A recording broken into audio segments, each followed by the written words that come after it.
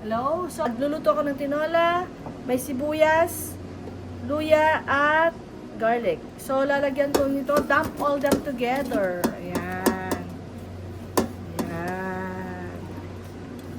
At syempre, kasama ang ating main ingredients, ang chicken. Dump all in. Okay? Hindi tayo nagigisa. Hindi tayo naglalagay ng kung ano-anong mga ingredients. E, lalagyan na rin natin yung sayote.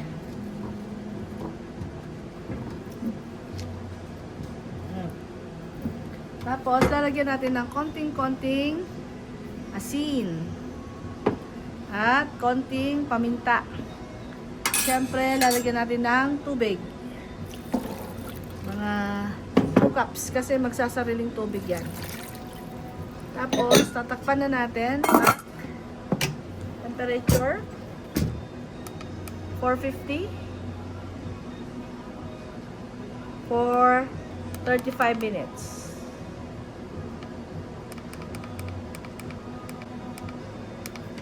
Itong spinach, mamaya na natin siya ilalagay. Lalagay na natin ang spinach.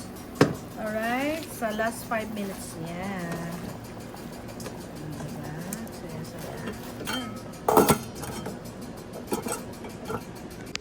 Ito guys, yung rice napakaputi. Bigyan mo ng sabaw. Ang sarap! Bigyan mo So, sabaw. lalagyan natin siya ng sabaw. There you go. Subukan nga natin lagyan ng sabaw guys. Mga dahon yan. Saka... Tingnan natin kung anong lasa ng ating tinolang chicken.